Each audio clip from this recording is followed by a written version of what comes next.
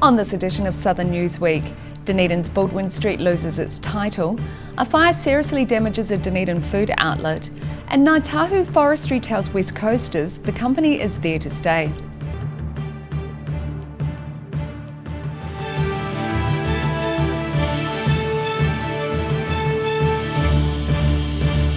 Kia ora, good evening, I'm Melissa Barton. Dunedin's Baldwin Street is no longer the world's steepest street. A street in Hala, a town in North Wales, has been officially awarded the title of world's steepest on the Guinness World Records website. But for Baldwin Street residents tired of tourist intrusion, it's not all bad news. Still attracting a steady stream of tourists, but Dunedin's Baldwin Street is no longer the steepest in the world. Guinness Book of Records has today named a winding one-way lane in the Welsh town of Harlech as the new holder of the auspicious title. Not that twin brothers William and Daniel from Christchurch seemed to mind. I mean, it's a little gutting because I thought we were going up the steepest street, but then again it is still the second steepest street in the world, so it's still pretty amazing. The Welsh street has a gradient of 37.45%. beating Dunedin's Baldwin Street by just under 2.5%. But the title loss might be a blessing in disguise for some Baldwin Street residents, fed up with crowds of visitors, trampled gardens and bad driving decisions. Long-time resident Lisa Tate Manning is looking forward to the change, although she's found the crowds of overseas tourists to be largely polite. The Japanese are quite polite people, you know. She says bicycles speeding downhill have been more cause for concern. It's a cyclist that three-wheel down and reversing from here, you can see it's not that easy, you have to be careful. As for twins William and Daniel, they'll be coming back to pit their strength against the world's second steepest street. When you run up you feel like you're going really slow, but it's worth it at the top. You run up? Yeah, sometimes. The Otago Chamber of Commerce say they expect some drop-off in visitor numbers and a consequential economic impact on Dunedin, but they doubt it will be significant. The Dunedin City Council is yet to decide how the change should be referenced, with various suggestions including the steepest street in the Southern Hemisphere or the world's steepest two-way road. In Dunedin, for the South Today. Two passers-by helped a woman and her daughter to safety as fire consumed their restaurant in Kaikorai Valley recently. The fire at the Satay Station restaurant in Kaikorai Valley Road ripped through the two-storey building, leaving one woman with burns to her hands and the restaurant extensively damaged. In tears and in shock, but ultimately safe, the owner of a Kaikorai Valley restaurant and her daughter comforted on the side of the road after their premises was engulfed in fire last night. Passers-by Sean Anderson and Hilary Hewitt say they saw smoke coming from the building. We were just driving past and I saw smoke sort of bellowing out the window and said to Sean to stop, and then I just pulled over. We got to the building and there was two people coming out of it, which were the two people that were inside and only two people. As Hewitt rang emergency services, Anderson went around the side of the building to a window where flames were bursting out. There's a guy around there with a hose spraying water on. So I told him there was a couple of gas bottles there, so he sprayed the water on there and went around and turned them off and then try and come back around and shut the front door, try and stop the airflow coming in. The woman and her daughter were by then safely out of the building. Hewitt and others bringing blankets and water from a nearby shop to treat burns to the woman's hands. We were pouring water all over them with the help of some lovely ladies that brought blankets as well. I'm not sure where they're from, maybe just passed by like me, but it all happened really quickly. Neighbours at the scene say the restaurant has been owned by the woman for about 2 years, but had only recently been renovated before reopening about 6 or 8 weeks ago. Fire and emergency say the building has suffered extensive damages. In Dunedin, the South Today. Tahu Forestry has opened brand new offices in Greymouth, stamping its mark on the West Coast. The company says it shows the strength of Tahu's commitment to forestry and workers on the coast. We're in it for the long haul. That's the message from Tahu as the company opens its brand new offices in Greymouth. 49,000 hectares we've got, as well as some other land uses such as mining, and this office is charged with the leadership and the stewardship the rangatiratanga, the kaitiakitanga of those resources for Ngāi Tahu and for the Potiki Poi mana whenua. Workers and dignitaries are welcomed into Ngāi Tahu's new offices, which were blessed at yesterday's opening. While acknowledging the dangers of the industry, Operations Manager Chris Calder says the company aims to look after workers, the environment and more. Commitment to actively work to protect the people, the environment, the knowledge, the culture, the language and the resources important to Ngāi Tahu for future generations. Tahu Forestry's General Manager Daryl O'Brien says there's a synergy between the organisation and West Coasters, and the building shows its presence in Greymouth as a sign of Ngāi Tahu's commitment to the coast. You find that in a lot of commercial circumstances that isn't the case. We're very important for each other, and that's a win-win, and we both work very hard to ensure that stays that way, and you can see that from the presence of the people that are here, that we all appreciate each other. West Timber's sawmill at Ngāhere, set to be one of the places Ngāi Tahu timber can be processed at. Property and Projects Manager Jane Higgins says there's a wealth of skilled individuals working in the industry on the coast, and she's looking forward to getting amongst it. So I thank you guys for getting it all together, and it's a real privilege, I think, to have a presence here now, and especially for our team, you know, on the West Coast. The forestry team are hugely experienced and great expertise and knowledge of the land and the trees here, so really appreciate having this team here and look forward to working with them in the future. The offices will house the operations management team based on the West Coast as they work with around 100 contractors involved in the local forestry industry. In Greymouth, the South Today. The chief executive of a Dunedin technology company has apologised for the inconvenience caused after South Dunedin streets had to be evacuated, ahead of a controlled explosion of an unstable chemical. The extensive response from emergency services was triggered after a staff member at Bliss Technologies noticed a container holding a volatile chemical had deteriorated.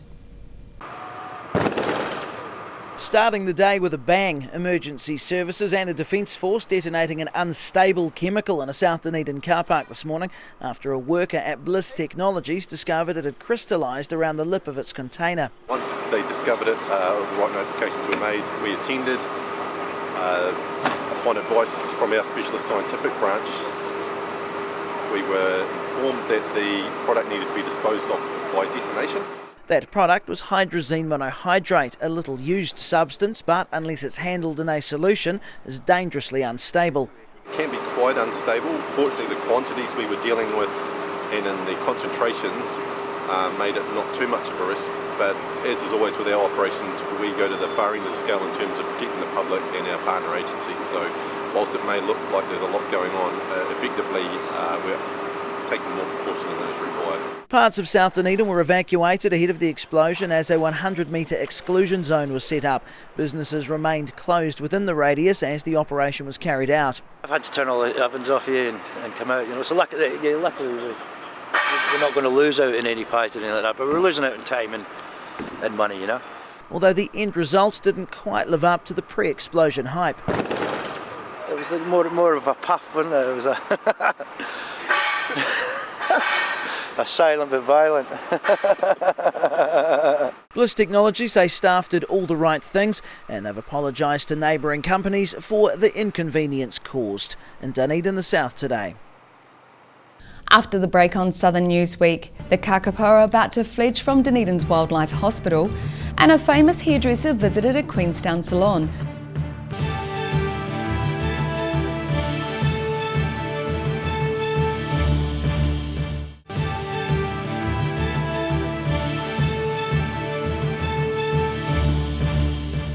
Welcome back. Dunedin Wildlife Hospital's highest profile patients are about to be discharged. The last of the kakapo the facility has been treating will soon be released back into the wild. Staff and volunteers at Dunedin Wildlife Hospital have helped hand rear several kakapo chicks this year, including 10 birds which were at risk of contracting a fungal pneumonia. Now the 4 remaining affected birds have been cleared to return to their southern island homes, along with 2 others admitted for surgery. Yeah, it's been a long journey. We've had over 40 kakapo through the hospital since they arrived in February as little white fluff balls. And as you can see now, they've grown into big green fat monsters. The birds have been treated for a range of conditions and ailments. A combination of injuries from broken legs through to the recent outbreak of aspergillosis. But the good news is that we've lost very few, and it's a great outcome for the overall population. Last year there were 147 Kaka Poi in the world, but between 30 and 50 chicks are expected to survive this year's breeding season. Although returning these patients to their natural habitat is filled with mixed emotions. All being well, fingers crossed, they're certainly looking healthy. These guys' departure will be imminent, which is, I guess, for us is delightful, but also a wee bit sad because many of the staff here, as you can imagine, have grown to love them. They're great guys to have around, guys and girls to have around the hospital. This week marks 18 months since the hospital opened. It admitted 426 patients in its first year and has already treated 400 animals in 2019. Native birds, reptiles and marine mammals have all been helped by the hospital's veterinary team, but having the Kaka Poi has put a big financial strain on the hospital. We were lucky enough actually earlier in the year to win the Milford Sound Cruise for a Cause, which basically gives people the opportunity to spend a night overnight on Milford Sound with nobody else around. I'm certainly going to take the opportunity and go along there, and all the proceeds of the ticket sales for that will come directly back to the Wildlife Hospital. Berths for the fundraising cruise to Milford Sound are now on sale in Dunedin, the south today. Passengers and tour operators are describing the lack of shelter and seating at Dunedin's regional bus stop as a bad look for the city.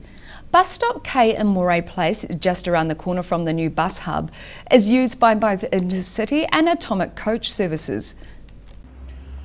A familiar story at Dunedin's new bus hub. There's been lots of complaints about it. A lack of shelter at the regional bus stop in Moray Place has drawn a raft of criticism from passengers and tour operators alike. Passengers are sometimes left standing or sitting on the footpath, blocking it for pedestrians. Previously, passengers could wait inside for coaches at the Halsey Street depot.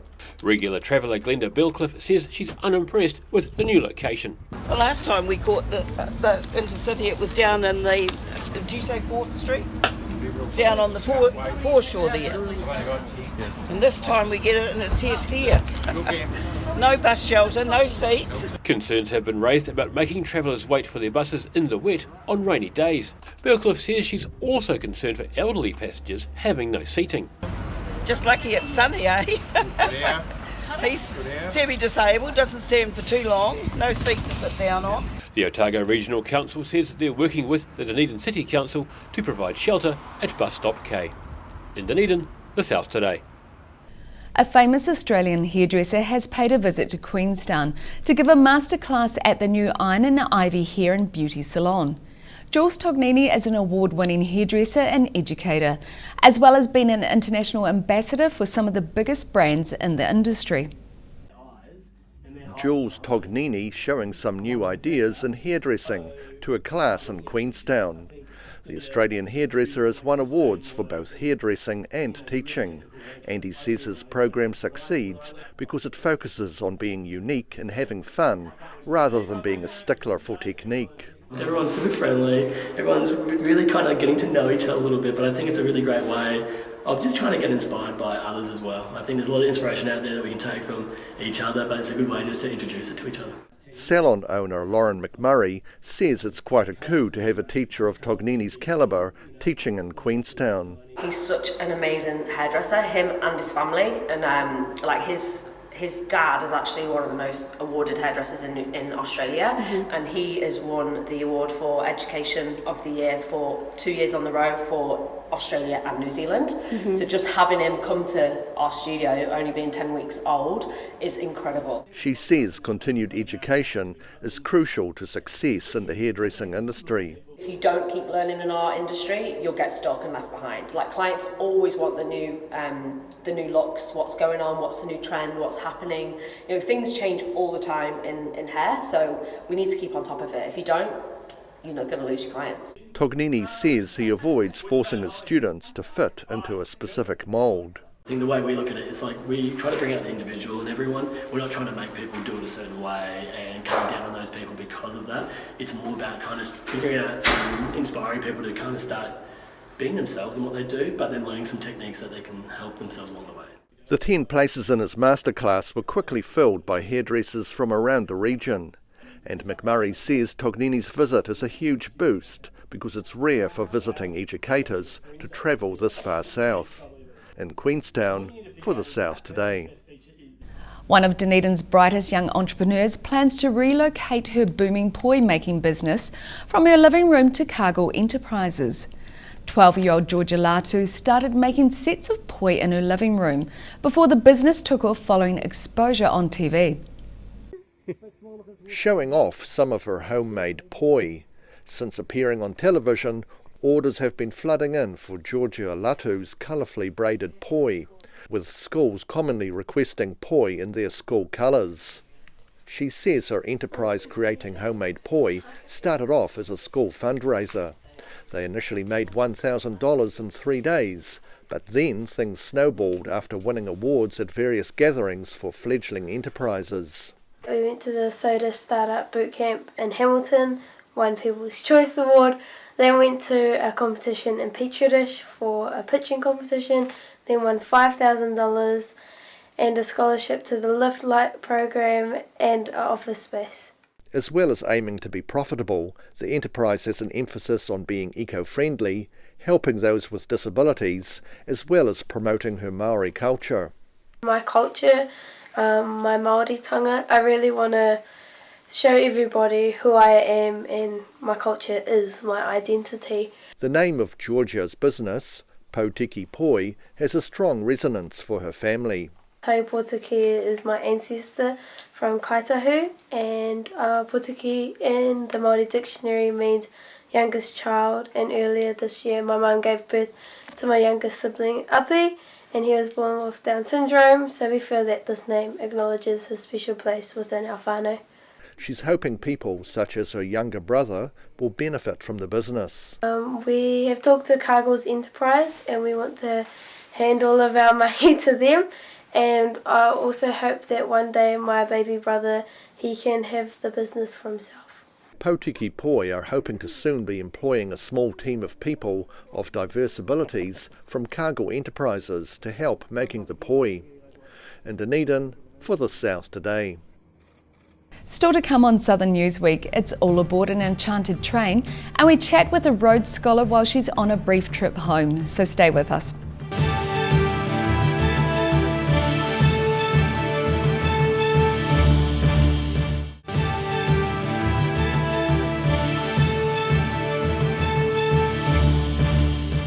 Thanks for staying with us. The Otago Daily Times Enchanted Express was fully laden with aspiring witches and wizards for its inaugural journey recently. The train trip is one element of the Enchanted Dunedin Festival, organised by Allard Press, to fill the gap left by the Cadbury Chocolate Carnival.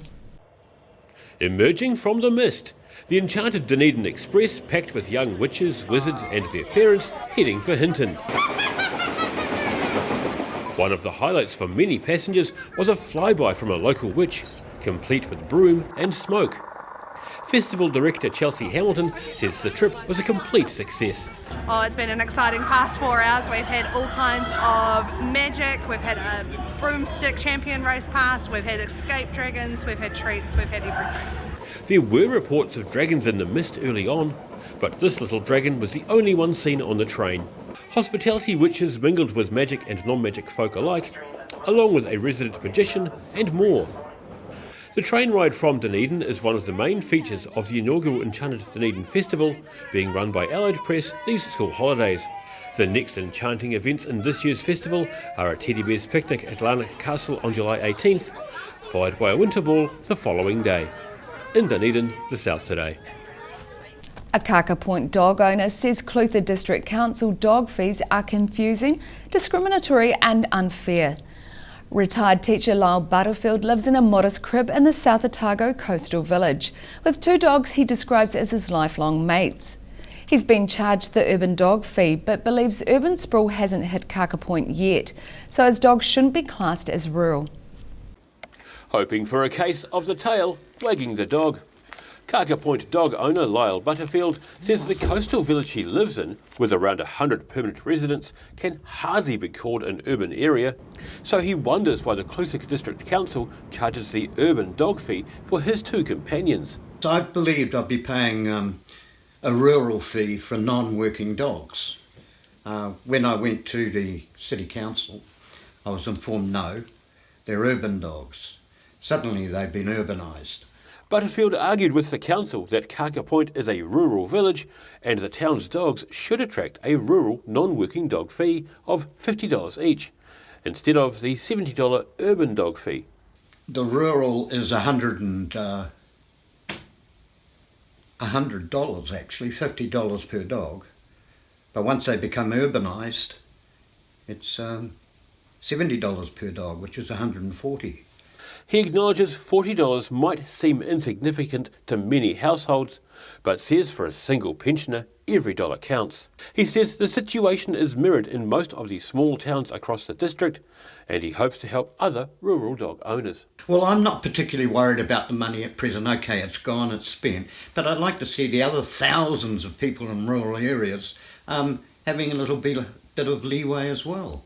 Butterfield says his Bichon Retriever Cross Misha and Jack Russell Regia are his lifelong companions. And there's no doubt about it that with the company, you know, they make you feel a hell of a lot better, that's for sure. You know, they chat, believe it or not. They communicate. And sometimes I think a lot more reliable than people. Clutha District Council Chief Executive Steve Hill says the fees had been charged this year to make them more equitable, but he says the council will take Mr Butterfield's concerns about the clarity of the fee structure on board. In Kaka Point, the South Today. Otago University graduate and Rhodes scholar Jean Belchin has just finished her first year at Oxford. The ODT columnist and former Dunedin student says her first year at the prestigious school has been awesome, but not without issues.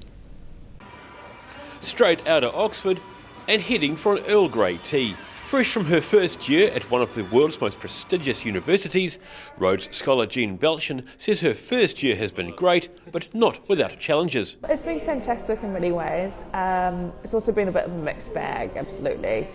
I've been struggling with my mental health and chronic fatigue syndrome quite considerably over in Oxford, but on the other hand, I've made incredible friends and I've had a wonderful time studying there and exploring the city and all the opportunities on offer there. Belchin says while there are similarities between Otago and Oxford universities, some of the greatest differences are cultural, like how relaxed, or not, the lecturers are. I miss the relaxedness of classes as well at Otago Uni, how, there's no social awkwardness about piping up or offering opinions, whereas in Oxford I seem to put my foot in it quite a few times by saying the most ridiculous things or inappropriate things or turning up to class late because I've got my wires crossed and have gone to the wrong classroom. During her studies at Otago, Belchin began writing a column for the Otago Daily Times about student life, which she's continuing while studying overseas. It's kept her in touch with home and home in touch with her experiences. I've enjoyed it because it's meant that I've had to stay in contact with New Zealand issues. Of course I would still be interested in them. It's not like moving to Oxford has prevented that, but I think I've become more engaged with what's going on in New Zealand because I write about it quite a few times. But I also like to write about what's going on in Oxford and in England and things on the other side of the world. As a vibrant 20-something student, she's always keen to push the boundaries when it comes to the literature she's studying. And she's taken great pleasure in studying a seedier side of Victorian period literature. Yeah, I did a regular Victorian literature paper. Wrote a great essay on homosexual Victorian erotica, which was so entertaining to write and research. And I must admit I got a kick out of knowing that my old Oxford professors would be reading, for want of a better word, pornography. Having just finished her master's year studying literature, she's returning to Oxford in September to begin doctoral studies in science history and is set to be supervised by a global leader in the field, James Bellish, which she says is an honour. In Dunedin, the South Today. And that wraps up this edition of Southern News Week. For the latest news from the Southern region, head online to odt.co.nz and follow Channel 39 on Facebook and YouTube. Have a lovely evening. Ka kite anō.